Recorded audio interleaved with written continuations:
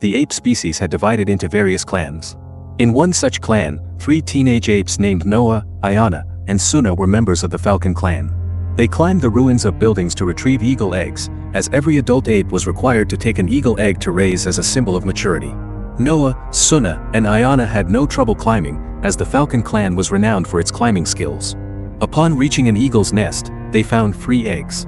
However, they couldn't take them all because they had to leave one behind. Noah, being selfless, told Suna and Ayana to take the eggs.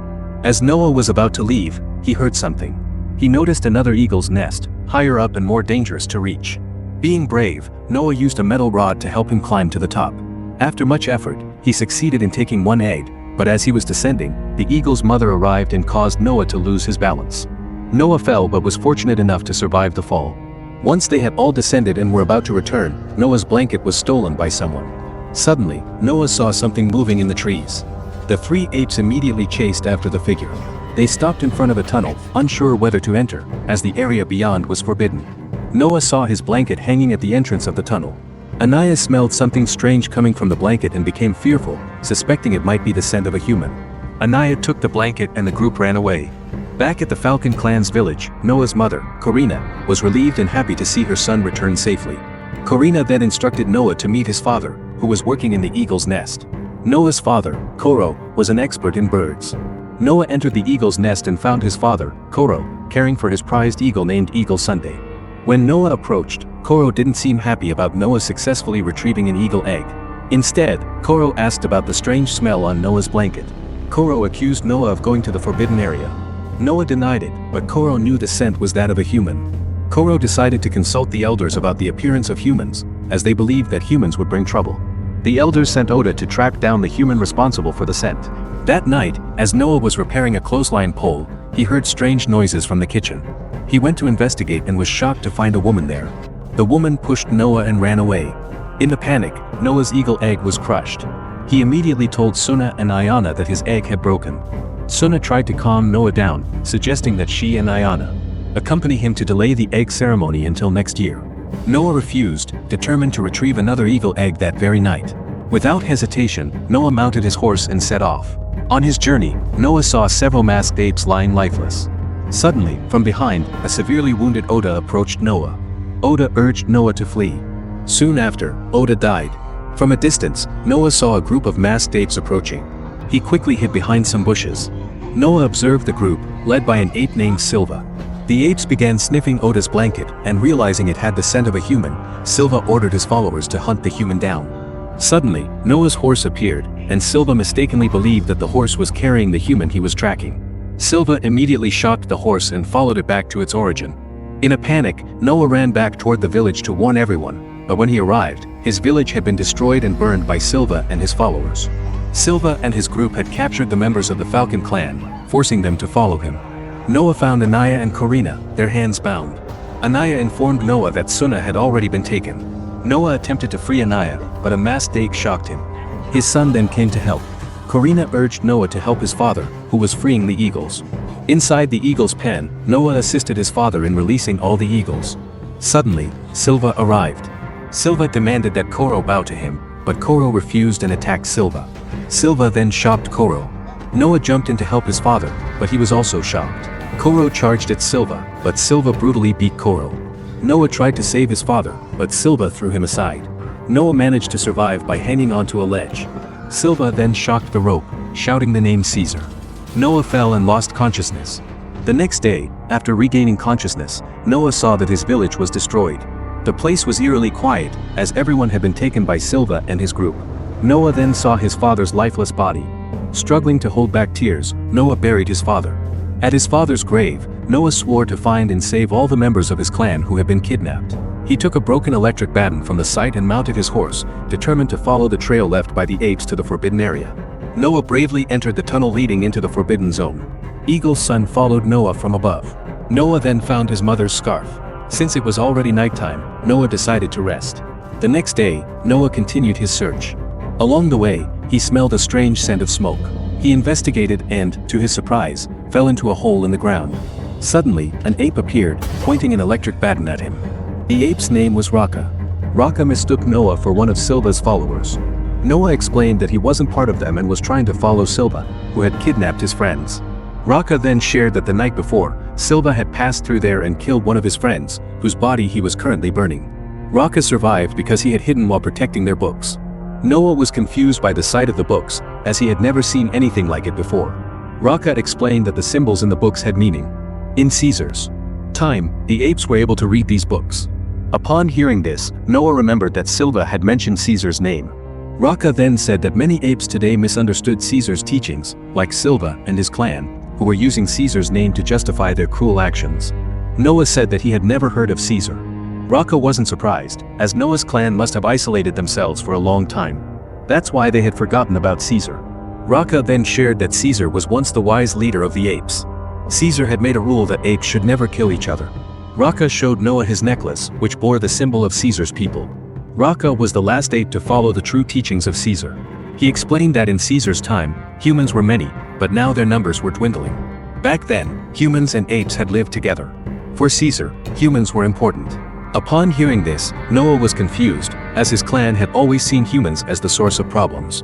As Noah was about to retrieve his horse with Raka, they saw the woman Noah had encountered in the village. Noah tried to drive her away.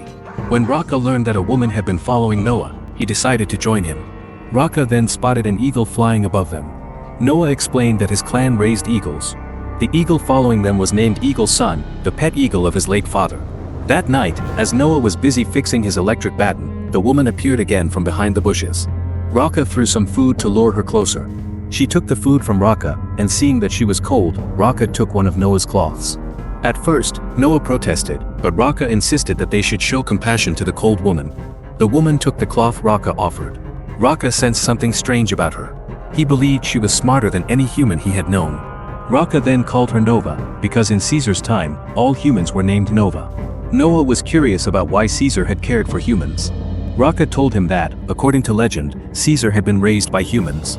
Noah was puzzled, wondering how such foolish creatures as humans could have raised them. Despite the oddness, Raka firmly believed the story because Caesar had been the first leader of the apes, leading with courage and compassion. In the middle of the night, unable to sleep, Noah walked around, intrigued by a large telescope nearby. When he looked through the lens, he was taken aback. He then climbed into the telescope. Nova came over and noticed the telescope as well. Seeing Nova's movements, Noah felt that she was not a threat. The next day, they decided to continue their journey with Nova. Along the way, they were stopped by a group of zebras drinking by the river. It was the first time Raka and Noah had seen these animals. Suddenly, a group of primitive humans emerged from the forest. Believing that Nova should reunite with her own kind, Noah planned to leave Nova there. Raka also decided to stay to watch over the humans, just as Caesar had done in the past. Before Noah left, Raka gave him his necklace, urging Noah to always remember the true teachings of Caesar. Noah then rode off on his horse. Out of nowhere, Silva and his followers appeared from the forest. They captured all the humans present. Nova and Raka immediately ran. Seeing Nova in danger, Noah turned around. Turned out that Silva had been targeting Nova. Silva and his followers chased after Nova. Nova tried to hide in the bushes. When Nova saw Noah coming, she stood up and screamed his name. She ran towards Noah, and he was able to save her. Raka followed, joining them as they fled. Deep in the forest, Raka freed the horse they had been riding to mislead Silva and his followers. Noah, in shock, then told Raka that Nova could speak. Finally, Nova spoke up. She was one of the humans who had been immune to the virus since birth. Her real name was May. May explained that just a few days ago, Silva and his followers had killed her parents and friends. May knew where Silva had taken the captured members of the Falcon clan. She had kept quiet all this time for her own safety. Raka reassured May, telling her that she was safe now, as she was with them. While resting, May saw Noah successfully repair his electric baton. They then continued their journey. As they crossed a bridge, Silva and his followers suddenly attacked them. May fell into the fast-flowing river, but luckily she managed to survive by clinging to a net. Raka desperately tried to help May, while Noah struggled with the situation. Just as May was rescued, it was Raka's turn to fall. Silva then cut the rope, sending Raka downstream.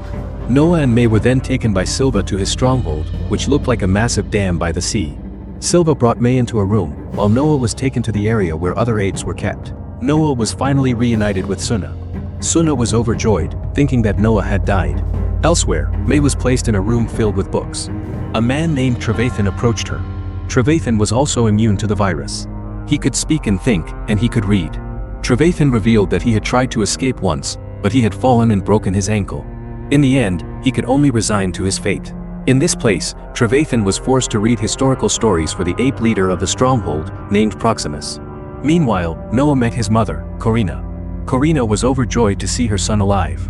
They then heard a trumpet sound, signaling the apes to gather.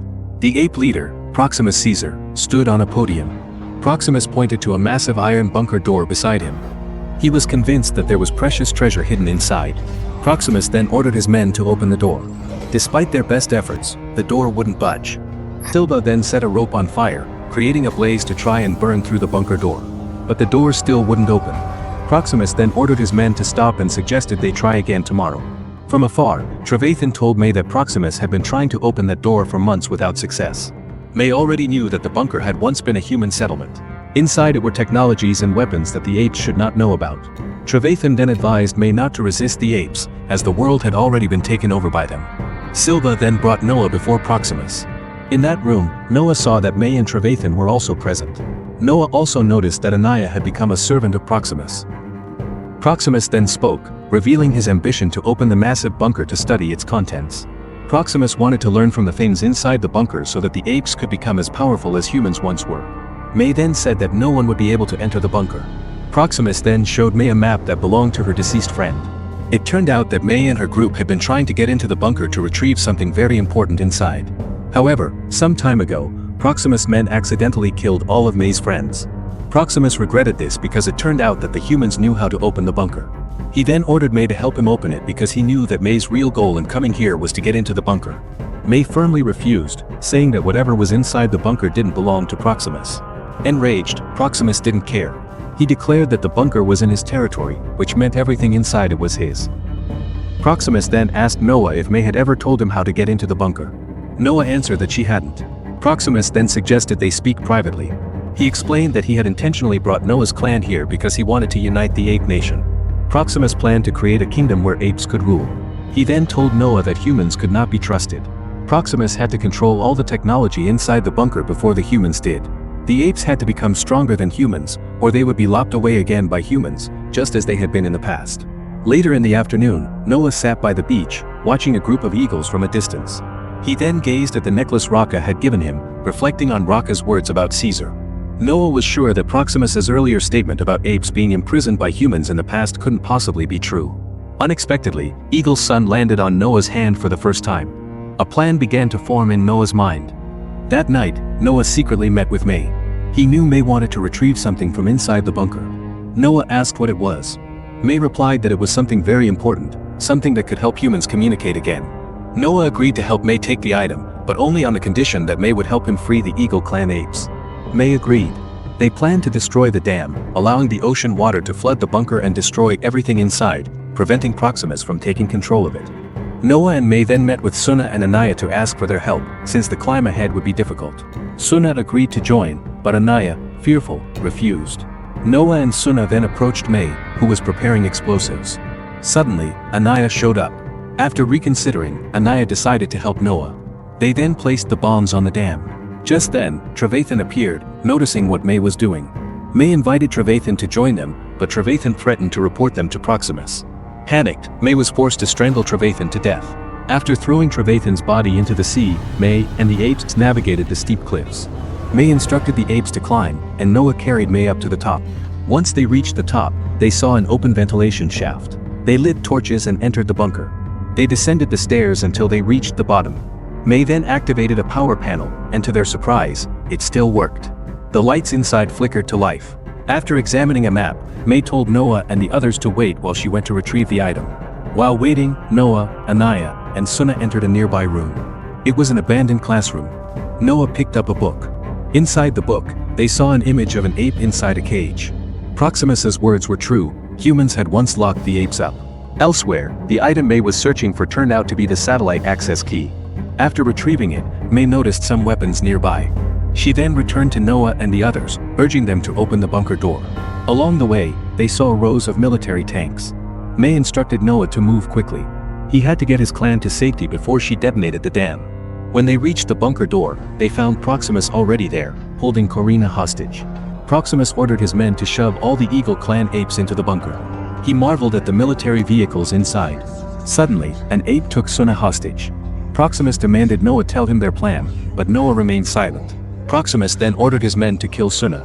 Suddenly, a gunshot rang out. May had shot the ape holding Suna, killing him. Seeing this, Proximus was actually pleased. He told May she could leave, but only if she revealed where the weapons were stored. May refused. She remained determined to destroy everything inside the bunker. Noah, knowing May's plan, begged her not to destroy the dam yet, as his entire clan was still inside. But May was indifferent. She ran outside and activated the bomb. In an instant, a massive explosion shattered the dam. A flood of water rushed into the bunker, causing chaos as the apes inside panicked. Noah immediately shouted for his clan to climb to the top of the bunker. The water was quickly filling the bunker. From a distance, May stood still, watching the chaos unfold. Inside the bunker, Noah was desperately trying to save his mother and clan members. They had to climb to safety. Noah instructed Suna and Anaya to help the others get to the entrance they had used earlier. Suddenly, Silva appeared behind them. Noah faced Silva alone, luring him into a narrow room. Due to Silva's large size, he became trapped and was swept away by the rising water, drowning. Noah then climbed upward and reached the others, who had made it to the ventilation shaft. Suddenly, Proximus appeared and attacked Noah. Furious, he beat Noah mercilessly. No one dared to intervene, terrified of Proximus. But then Noah noticed the eagles in the sky. He called out to them, and all the apes followed suit, calling to the eagles. Eagle's son then appeared, followed by the rest of the eagles. The eagles attacked Proximus, sending him falling into the depths of the ocean. Shortly afterward, Noah and the Eagle clan returned to their village and began rebuilding. While they were working, Noah noticed May approaching. She wanted to speak to him privately. May was there to say her farewells. Noah told her that Proximus had been right, humans could not be trusted. But Noah didn't care. He and his clan would rebuild their homes. They would grow stronger than ever. Noah then asked May why humans and apes couldn't live together. May, holding a gun, had initially intended to kill Noah.